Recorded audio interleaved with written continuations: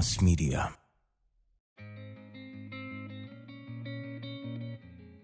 This is going to be, I think, great for our listeners, the ones that are stuck in these relationships and don't know how to get out. This podcast is about not being a victim and not living that life in the days ahead. You need all of these people and all of these resources because your healing is not going to happen with just you in the room. Our desire to help comes from real life situations in both of our lives. We are survivors of this. We're not just people who decided one day, hey, you know what, I think I'm going to go do this. Really the raw emotions of being in a narcissistic, abusive relationship and marriage myself. This has been the most difficult experience of my life.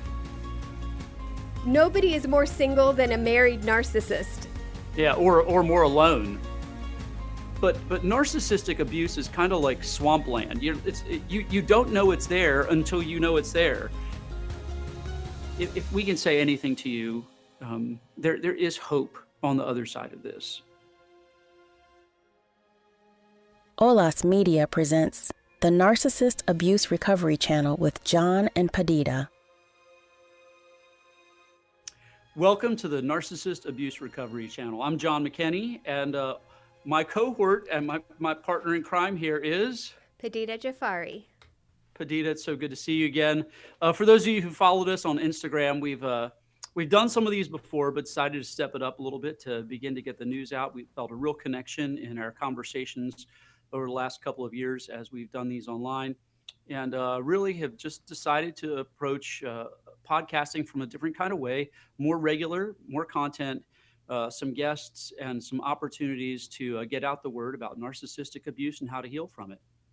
Yeah, we're really excited to launch our podcast, and this is our first show. So it is. I'm pretty excited about this, Padideh. It's really quite an endeavor.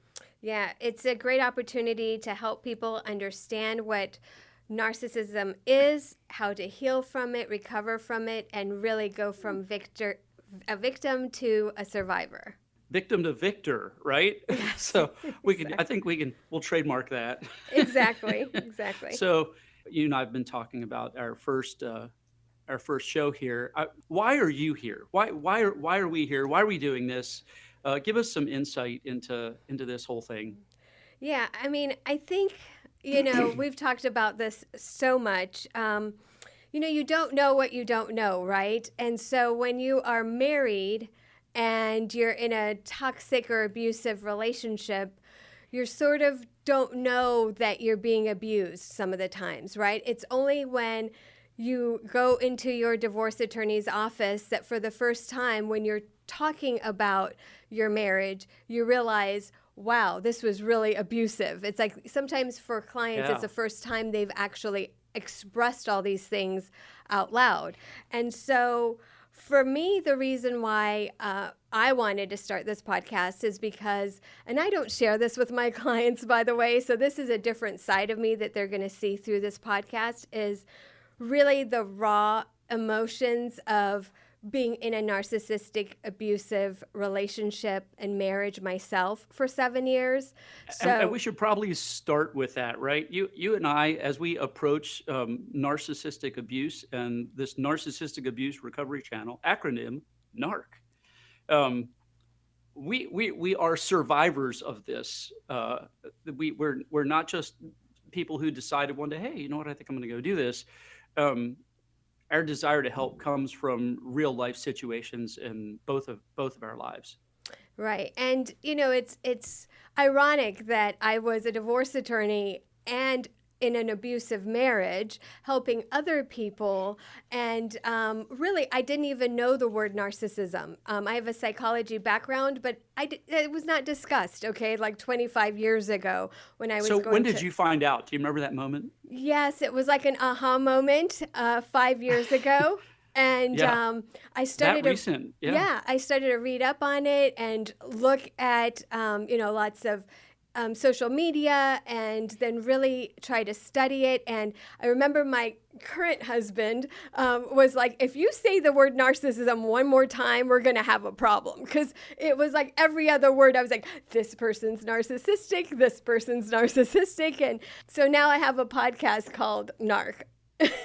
Yeah, we have one. Yes. Yes. It's interesting. As people approach abuse in life, and there are lots of different kinds of abuses. There's certainly domestic violence and abuse from alcohol and substances and things like that. Narcissistic abuse does not get much press. It really doesn't get much attention. I think the closest thing we've really seen to that is Johnny Depp and Amber Heard, where those terms come up, and maybe Taylor Swift. She talks about covert narcissists in one of her songs. Yes. But narcissistic abuse is kind of like swampland. You don't know it's there until you know it's there, and I think that's why I wanted to go do this. I mean, you found out 5 years ago. How long were you in a relationship? In that relationship? 7 years, 7 long years. Okay. 7, yeah.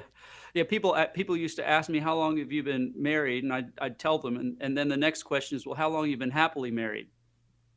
Right. Maybe not so many. Right. But you went through 7 years of hell in this relationship, 7 years of abuse, and then one day the lights came on for you. And I'm in the same boat, and you're much smarter than me. It only took you 7 years. It took me 25 years to kind of figure out what was really going on. And I remember the day I was sitting down and saw it was a Facebook post from a friend, and it was 20 I think it was 20 diversion tactics or 20 tactics of narcissists, psychopaths, and sociopaths. And I thought, you know what, I'm going to go click into this, and went and clicked it. And it was like, oh, and I'm going down the list. I'm going, okay, 1, 2, 3. And I'm thinking of stories for each one.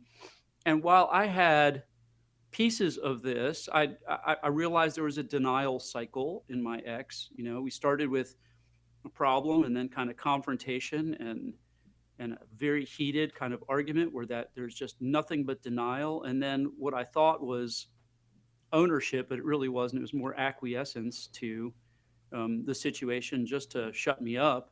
And then back to stage one again.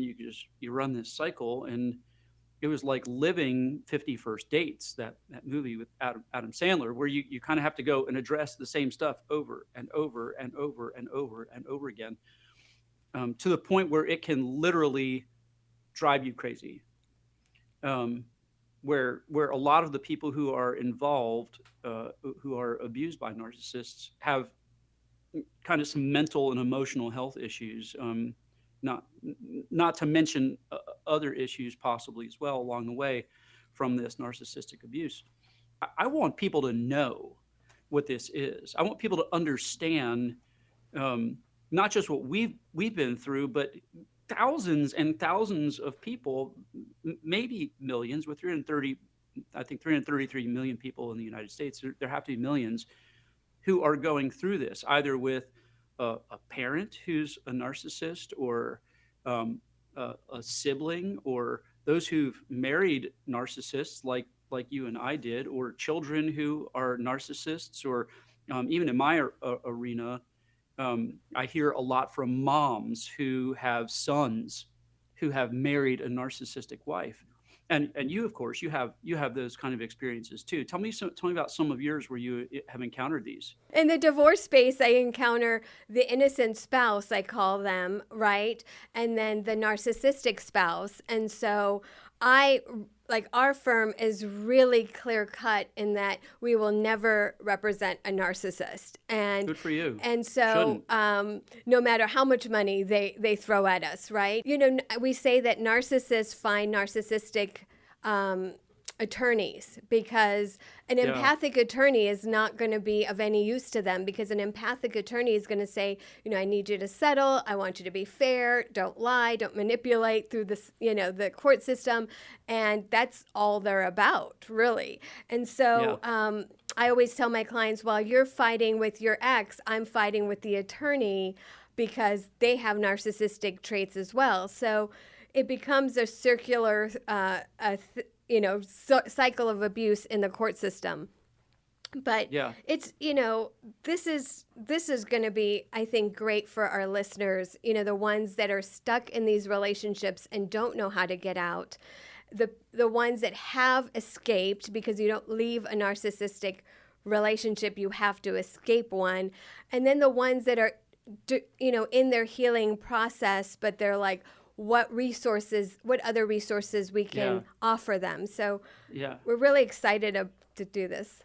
What my fear is that there are a group of people out there who just don't know, like we didn't know. I mean, I was literally in the dark for 25 years. I did not know what was going on. I certainly didn't know it had a name. That there was an actual malady. There was an actual personality disorder called narcissistic, personality disorder. I had no idea that existed. You don't find this on the Today Show. You don't find this in the news. Where there's an awful lot of conversation about other kinds of things. Borderline personality disorder, which perhaps is which is in the same family. You may hear more about that, but you do not hear much about narcissistic personality disorder at all. And my fear is that there are people out there, and I genuinely hope you're tuning in. If you have a toxic relationship, you're just beating your head against a wall trying to connect with somebody that you're perhaps married to or in a relationship with, and maybe this is for you, and you need to go, okay, I need to understand what narcissistic personality disorder is, because there's a pretty high chance that you may be experiencing issues with somebody who's got narcissistic personality disorder. Right. And the thing about it too, John, is that even if somebody tells you and you're not ready to hear them, right? Because a lot of what we do is protect our abuser. We try to make excuses and say, well, they had a really bad childhood, right? And so we want to fix it. We want to protect them. I mean, that's how I was with my ex-husband, right? If like a brother of mine said something about my ex-husband, it was like, no, he's had a really bad childhood. Like, I'm going to save this. I'm going to save this marriage, and I'm going to save him, and I'm going to be his savior. So I feel like, yes, this is really good and an opportunity for even a family member who sees and is witnessing a loved one that is going through this type of abuse. Oh, yeah, absolutely. Like, they could say, go listen to their podcast, and maybe they'll have the aha moment. But I feel like so much of what we do is, as victims of these types of narcissistic people, is we try to protect them at all costs, even if it means losing our own soul to them. Yeah, and in my work on Instagram at Male Victims of Female Narcissists, where you'd think I just have a following of men, and which is not true. It's actually about 50-50 men and women, because everybody's got to deal with female narcissists. They don't discriminate.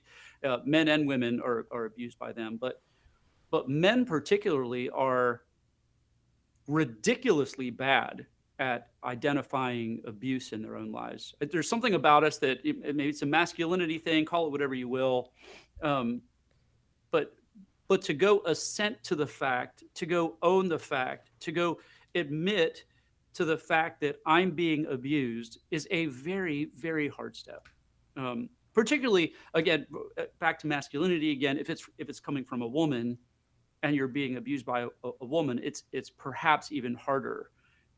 As I've found over the years, it's easier to say that that men are experiencing undeserved cruelty. I can embrace that, but to say that I'm abused is a very, very hard thing. Where somebody might think they're in a toxic relationship, men perhaps are even protecting their own masculinity in some respects by not admitting it. And then on top of that, like you described, wanting to protect the person you care about whether they're narcissistic or not is a whole nother level. So I think it's easy for people not to know that they are the victims of narcissistic abuse. And we talk about victims, we're like, that's a stop, but you don't want to live there.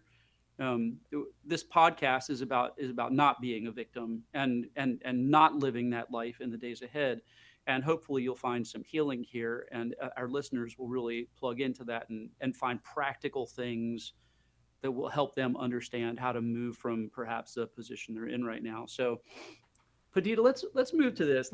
There are people out there that perhaps don't understand like you and I didn't understand. What do they need to know? Well, I think like what you said, right? You saw something on Facebook and then you went sort of line by line and said, yep, I can check this box off and I can check this box off. And so here are a couple of cluster B personality disorders, like you mentioned, borderline, histrionic,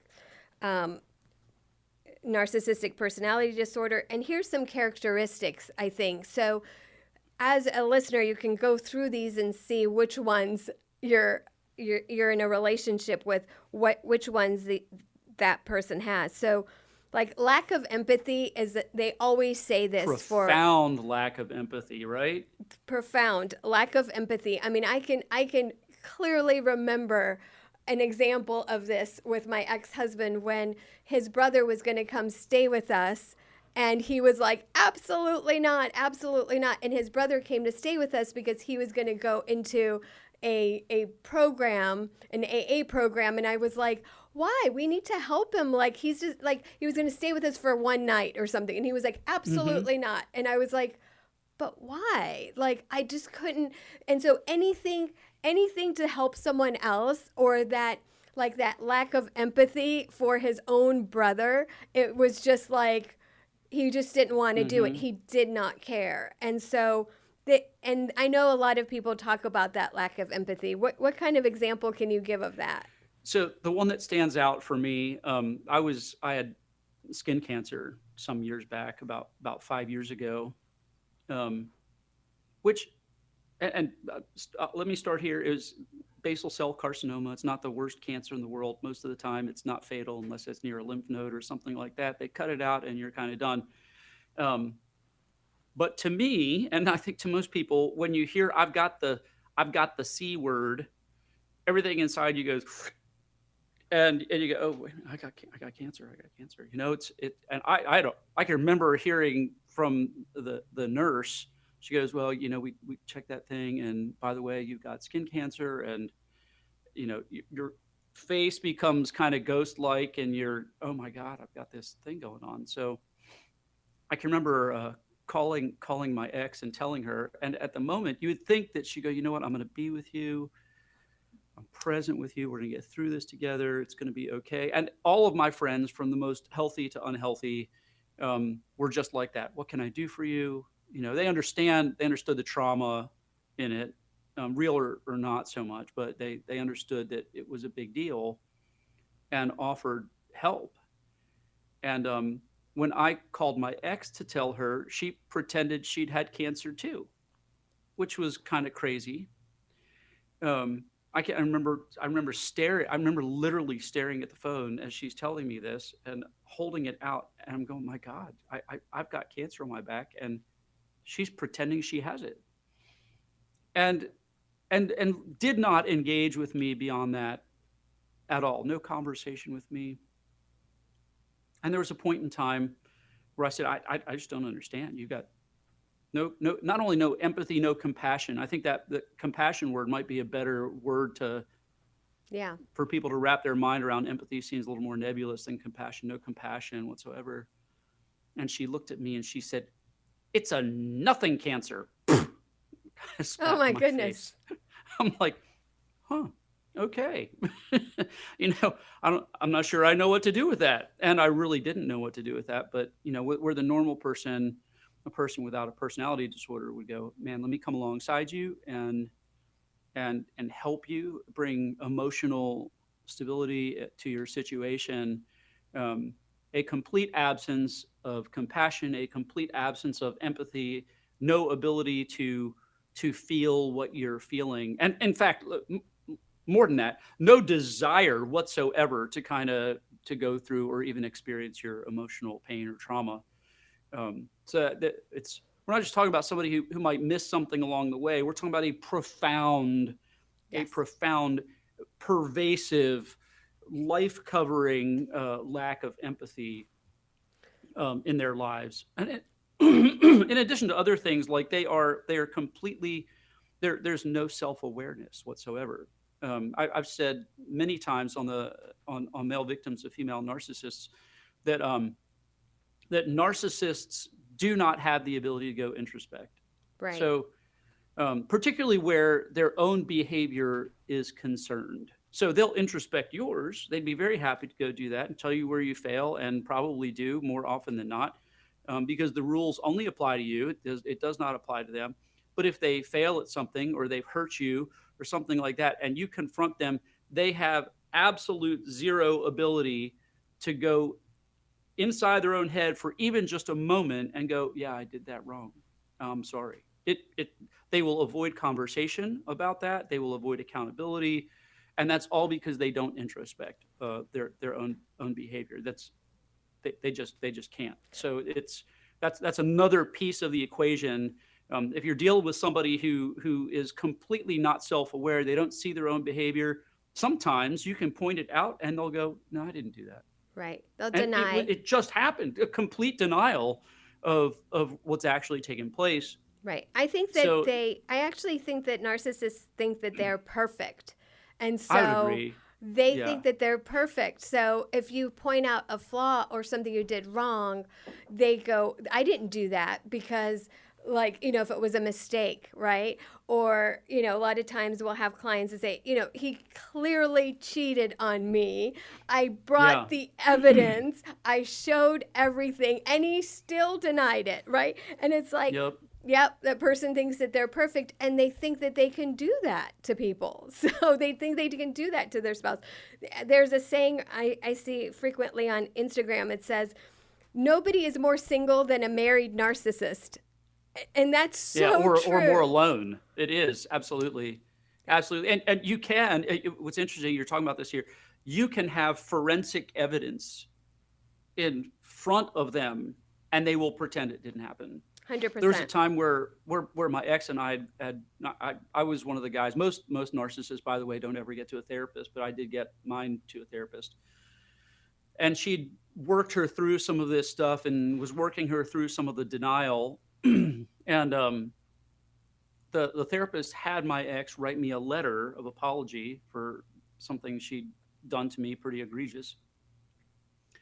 And I can remember quite honestly, it didn't sound like my ex's writing anyways. It sounded more like the therapist. I always wondered who wrote it, but I remember the therapist asking me, how do you receive this? And I'm like, well, I don't know. She's denied this and pretended it didn't exist and pretended she never did this so many times.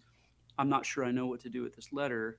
And I looked over at my ex and I said, but I want you to know, I trust you that this is real.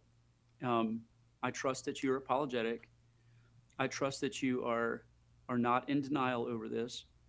And thank you for this letter, and I'll hold on to it.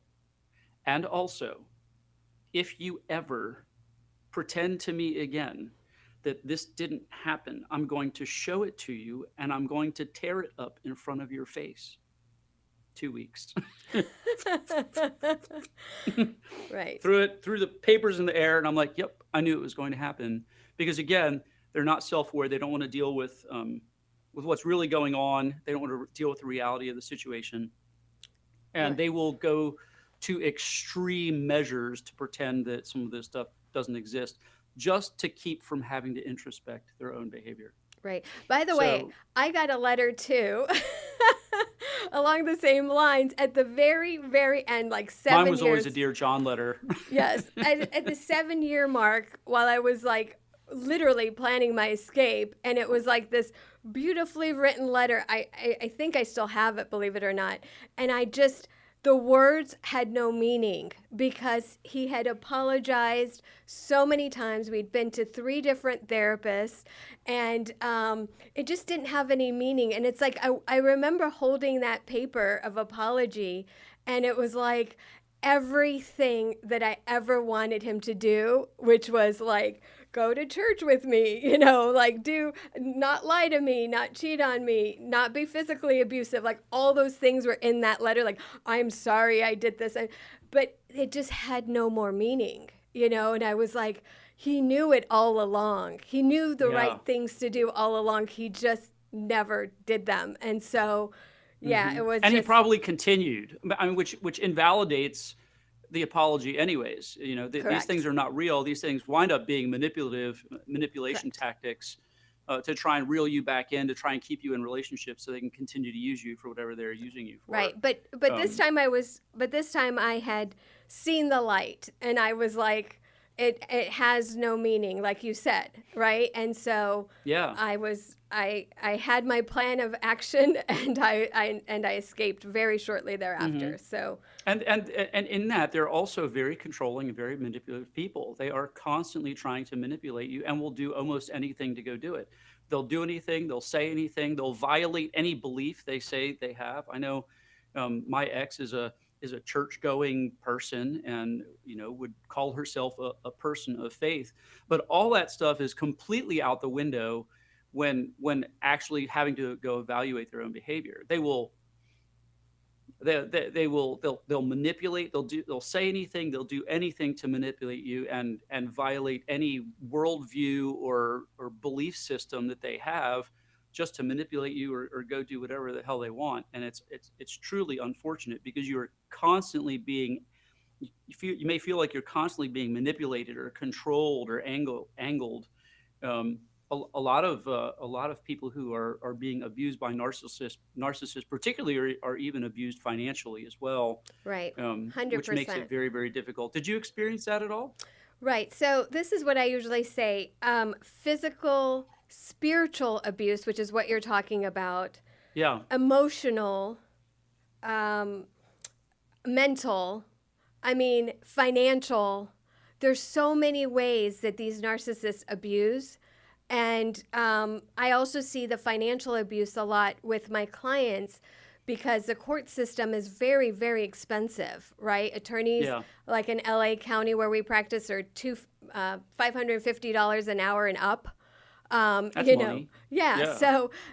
So they will really try to abuse that way through litigation. They call it litigation abuse, financial abuse. They're really good at stalling cases. Oh yeah, they'll keep that case going for years. I know some of the people I've spoken with and coached over the years have been in court hell forever, just because they're dragging it out to soak you for every dime you might have. Yes. So let's go through the other characteristics, I think. So this one is great. Ruled by their feelings. Feelings are reality. Gosh, yeah. That is such a great one, because I actually remember I used to say to my ex-husband, feelings are not facts. And 100%. And he would go, oh, yeah. And so people that are just driven by their feelings, and like it's like a quick fix for them, right? It's like they want something and they just go do it, instead of talking to their spouse and saying, like, let's talk about this big purchase. There was no talk. It was like, I'm going to do it. I'm going to go buy that. For him, it was like a BMW 7 Series, which, by the way, at the time he didn't have a job, so I don't know why he needed that car. But it's like, so you could pay for it. That's why. Right. So let me go buy that car and then come back and say, oh, by the way, I bought us this car, and you got to pay the payment. So oh my gosh, always the feelings, like their feelings are reality to them. Sometimes you see this a lot when you go back to a story. You may confront them about something and get a response from them. Well, I did it because of this, and it didn't make sense in the first place, their response to it. But you go back, you go revisit that 2 days later, and you may get an entirely different set of answers based on how they feel. Well, I didn't do that at all. I don't know what you're talking about. But you said you did this the other day. Well, no, I don't feel like I did that. I didn't do that. Yes. And they can literally sometimes not see what is right in front of them because they feel something else, and they're dominated by those things, and in that also they are ridiculously emotionally self-centered. 100%. Like I talked about, I had cancer. She could care frickin' less about that. She had absolutely no desire whatsoever to comfort, to care for, to provide any emotional support. And this you find across the board with narcissists. There's no help from them whatsoever. If you go to them, in fact, if you go to them for help, they will twist the story, twist whatever's going on to make it about them. Yes. So, you can say, hey, you know what, could you help me with this? I'm really struggling with this. And they go, well, you know what? What I'm going through is far more important. I need this, and this from you. And I'm expecting you to go deliver it now in order for me to ever go even think about helping you. And you walk away going, why in the world would I go and talk to this person about a need for help? Because it is emotionally and conversationally always twisted back to their own emotional self-centeredness. Right. We have clients that complain about this to us, like some moms, right? They say that their husbands are narcissistic and they feel like they're a single mom anyway. And so now they're getting a divorce and they're like, look, I've been a single mom in the relationship. And so for me, it's not hard for me to take care of my children and work full time and do all the other obligations because I've been a single mom. And so I did want to say one thing though, just this is how a healthy spouse should have responded to your cancer news, okay? And I can give you a great example because my husband just did this for me. I'm in like pre-menopause, okay? This is disclosing a lot, but I literally Are you saying that you're old? I'm going to turn 50 in November, okay? So I literally could not sleep. I was like just always just really hot, like the hot flashes, the whole thing. And I didn't know what it was. So I discussed it with some of my girlfriends hiking, and they're like, look, you're in premenopause, go see this doctor. My husband drove with me 35 minutes to go see this doctor, and he went on every single appointment with me. There was like That's 6 awesome. appointments, okay? And it was premenopause. It wasn't cancer. It was something that I could definitely take the medication and the pills that they were saying, the vitamins the doctor was saying. But he was like, no. And even the last one, I was like, are you sure you want to go? And he's like, I'm there to support you. That's what I'm there for. So that's awesome. So that's why we say once you get through this type of relationship, there is hope and healing and a great marriage on the other end if you decide to go that route again, right? So we'll see about that part of it. One might have been enough. Right. Well, that's what I said. But you know what? 8 years later, after you do get your healing, after you realize what you've been through, after you start to trust yourself again. My thing was like, I didn't even trust myself again to make a decision. So I was like, oh, I'm there. Right. That's where you're at, but you've been divorced now 4 years. So in time. It's been a minute. Yeah. Well, one of the other things, and you described something here, you talked about kind of going to the doctor and things like that.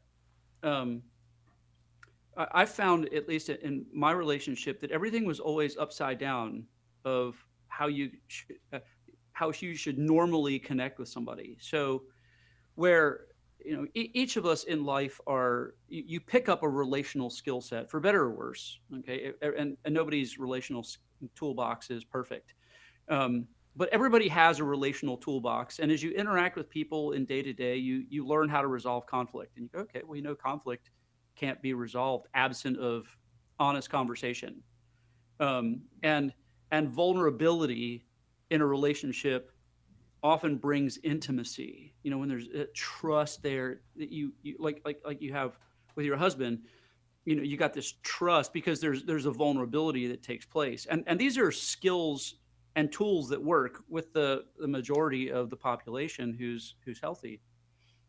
But when you are with a narcissist, none of this stuff works. Like none of the relational tools that you have grown up with, that make emotionally healthy people, that make for intimate relationships, that make for kindness and peace and honesty and niceness and all of that, they just don't work.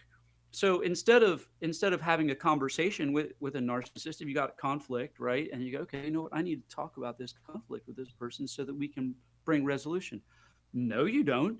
In fact, having a conversation about that stuff will make it worse. Yes. And vulnerability is if you're vulnerable with a narcissist, you would think that would bring, or with a human being, you would think that would bring intimacy because there's this trust there. You're trusting them with a piece of yourself. And on the other side of it, it would bring intimacy. Vulnerability brings abuse. Yes. Instead of actually being trustworthy with what you've been vulnerable with, they will actually use it against you, and they think you're weak when 100%. when you bring these things. So this relational toolbox that you have, you might as well just throw out the window because it doesn't work. And if you're in a toxic, what you would deem a toxic relationship or a relationship that isn't working, you go, why the hell is this stuff not working? The reason it's not working is because you're probably dealing with a narcissist, and none of the relational tools that you've learned over the years fly with this person. So you're like, well, what the heck do I do? Okay, if I can't resolve the conflict with conversation, the conflict remains for all eternity. Yeah.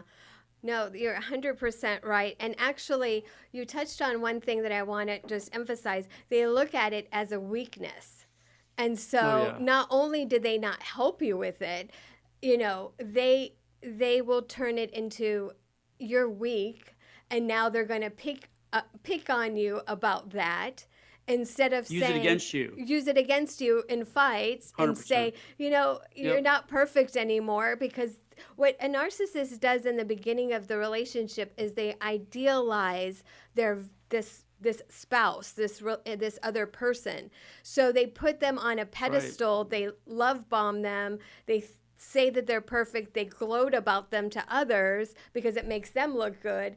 And then once you're in that discard phase, or let's say you do have cancer, let's say you are going through premenopause or whatever it is, they look at that as now you're weak. Now I'm going to have to find someone that's more perfect. And it's interesting. My ex-husband used to say that all the time. I actually used to ask him this. I just remembered, what if I got cancer? What would you do? And you know what his response was? What's that? He'd say, I would trade you in for a younger model. Oh, my God. I just remembered that. I swear to you, I have not remembered that. I've never heard you say that before. That's crazy. In 15 years, but he literally would say that. So and this is somebody you married. Like that thought shouldn't even be on the radar, but here you are, the relational tools, relational skills you have, everything's upside down. It's backwards of what it would normally be, and leaving you wondering, like, what the heck did I get myself involved in? I actually didn't have to wonder, because he admitted it. It was an admission that what he would do. And so, conversations like this kind of made me realize over time, right? Like, no, this person's serious. This is not a joke. Yeah. So. Yeah. And there are lots of different classifications for narcissists that some people call them. They're vulnerable narcissists, covert narcissists, overt narcissists, malignant narcissists. There are lots of different classifications, but two I wanted to kind of dial in on today, so that people could understand something about narcissistic abuse. And one is what we call the covert narcissist, and the other is the overt, or sometimes we call them the malignant narcissist. Malignant narcissists or an overt narcissist, generally speaking, the nice thing about them is that everybody knows they're narcissists, because you can see it across the room. So if you're at a party, you're looking and they're, okay, that's self-centered behavior right there, Yes. Some might say former presidents have been narcissists, and that might be a really good example of what we're talking about for this. You can spot it wherever, and you understand it. And you think, okay, well, if that person sat in front of a therapist, which you're not going to go do anyways because they don't think they ever do anything wrong, you understand something about them, and you know the world understands something about them as well. Probably a pretty good example. And then the covert. Covert narcissists fly under the radar on just about everything. The interesting thing about coverts, that I think make healing from it so much ridiculously harder, is that you may be having this experience with this person privately and nobody else around you knows. Right. So if you start to talk to a friend about this and you say, well, this is kind of what's going on, a covert narcissist public impression to them is the most important thing.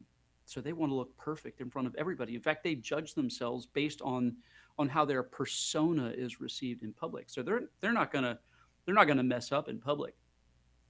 And then privately, they're horrific. It's Yes. like this, it's Jekyll and Hyde in some respects. You outside in the world, they look fantastic. And inside, maybe even only within your own marriage, maybe your children don't see it. Maybe your parents don't see it. Maybe your brothers and sisters don't see it. But you have this relationship with them that is so egregiously horrific that you don't even know what to go do with it. And then you start talking about it and with some of your friends, and they're like, surely not. This person, I know this person. I know how they respond to these kinds of things. And it's not bad. And then you wonder, okay, maybe I'm going crazy because I'm the only one experiencing this stuff, But it really winds up being a very, very private battle. Yes. That nobody else knows about, other than perhaps the people that trust you, and also perhaps people where they've seen chinks in the armor along the way. So I remember watching the Flintstones as a kid, which dates me as well. And there was this character called Schleprock, and he was a real little guy, and he'd always go wowsy wowsy woo, and everything for him in fact it was bad luck Schleprock.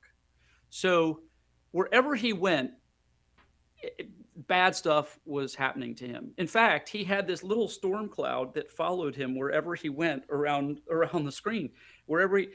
Anytime you saw bad luck Schleprock, he had this personal storm cloud around him, and that's kind of what it's like to have a covert narcissist. You have this private battle going on, and publicly, it's like the weather's fine. They look wonderful. They're respected. They're honored. And back behind the scenes, it's this nightmare of pretending that they had cancer. Right. And right. makes it very difficult to go endure, and to go deal with. And it also takes away perhaps any support you might have. Right, which we're going to get into, the smear campaign that these covert narcissists that they just do because they can, right? They'll talk bad about you to anybody. Yeah, I say that the covert narcissist mothers are the ones that are like the leader of the PTA, selling Girl Scout cookies with their children, outside of Ralph's. Like, not to say if you do that, you're a narcissist. I'm just saying that these are the things that those covert narcissistic women do. And so when it comes time to divorce and you're saying she did this, she did that, nobody in the community believes you. And not even your own family believes you, because they're like, no, I mean, she sent me birthday cards every birthday. She was the most thoughtful person in the world. And you're just going, oh my God, if you only knew. And I want to say one thing, unless you've gone through a narcissistic relationship with someone, nobody will understand what you're saying. It's really and so true. That's why we want to make sure that if you've been in that type of relationship or marriage, we are here for you. We understand you. We've been through it ourselves. And so there is a community that understands what you've gone through, but explaining it to someone that's had a normal breakup, they're never going to get it, right? Because they're going to say, oh, just settle it, just sign the paper, just, give them what they want. You can't do that with a Yep. narcissist, because if you give an inch, they take a mile. So, Yeah. so Absolutely. that's one thing I want to emphasize, that Yeah. we understand. Well, and not just that, but the word narcissist is thrown around a lot in our world. I think when you hear the term narcissist, well, you're a narcissist. What they're saying is you're self-centered, and this is beyond self-centered. This isn't. Everybody's got momentary self-centeredness. I mean, that's life, but this is complete and total unilateral self-centeredness in a human being. Like they can't even find compassion for you when you have cancer. So it's that level of self-centeredness. And when we talk about narcissists, you have to understand we're talking about people with a personality disorder, with narcissistic personality disorder, as listed in the DSM-5, the Diagnostic Statistical Manual of personality issues and other things, mental disorders. And this is listed as a cluster B personality disorder. This is not something that is, people call it evil, and we hear that a lot, to be honest with you, that people go, well, these people are just evil. And quite honestly, it feels that way Yeah. all the time. We hear that a lot. I mean, do you hear that in your conversation as well? I mean, I do. And as a lawyer, I don't bring up the word evil, okay? No, but, you can't. But like this morning on Threads, where I share my personal thoughts on Threads, I literally said, these people are evil. So yes, they are evil because they systematically try to destroy somebody that all that person wants to do is love them. And so Yep. if you think about it that way, that is evil at its core. Unquestionably. But if people want to go research this is a bona fide, this is a legit personality disorder, and you're being abused by somebody who has this personality disorder. It's called a cluster B personality disorder. You can go look it up. Under cluster B is also borderline personality disorder and histrionic. So there's some similarities between those things. But this is worth looking up. And the effects of these people on your life can be nothing short of catastrophic. Oh, 100%. I mean, depression, potentially suicide. We have mothers. You and I both know there's a mother on our Instagram. We're always posting her stuff. Her daughter committed suicide because Yep. even though she got a divorce, she could not take the custody battle between her and her ex, and she committed suicide. And so potentially suicide, financial abuse, mental fog. I mean, we're going to go through all of this in the upcoming shows, and we're going to bring you actual, psychotherapists that can speak to what narcissism is. We're going to have, great guests that are going to help you along your journey. I think next week we'll have a psychotherapist, and then we'll have a personal trainer. I think our show is going to be very well-rounded to say you need all of these people and all of these resources, because your healing is not going to happen with just you in the room, right? You're going to have to talk to coaches. You're going to have to talk to psychotherapists. You're going to have to get a personal trainer and work out. I know you and I, that's one of the things that we both did, is we turned to exercise as part of our healing journey.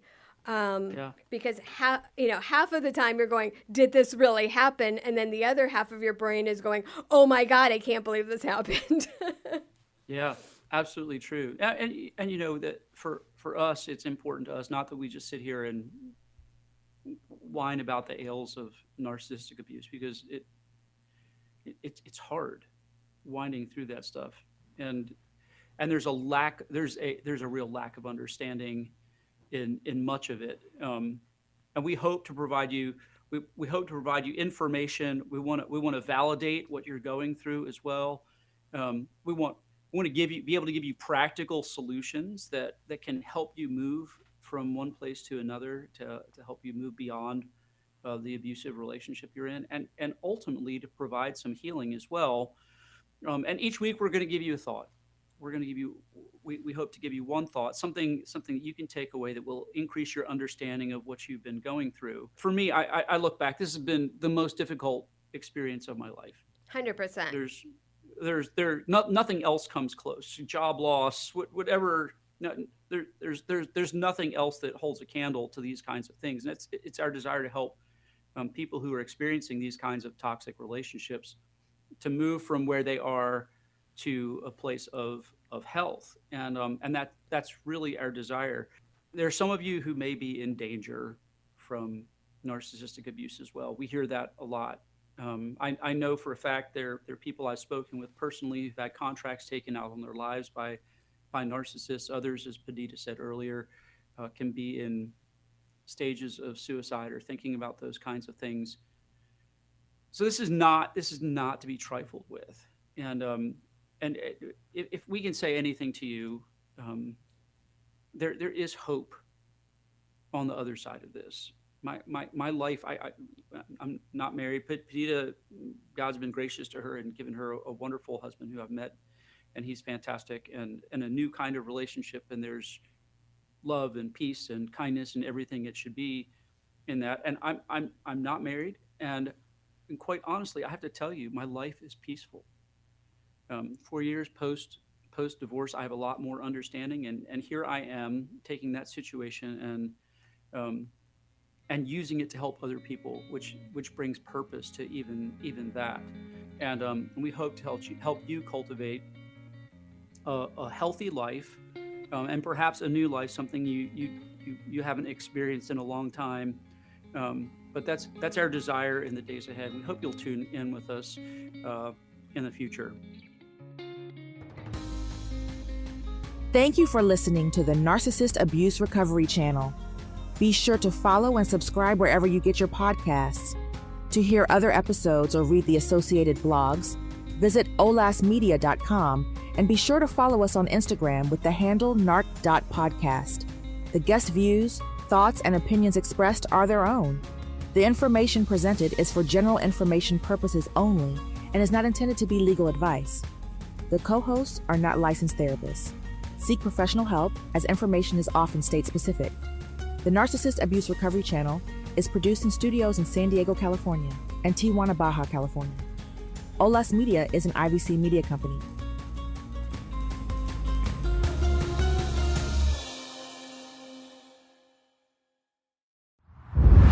Olas Media.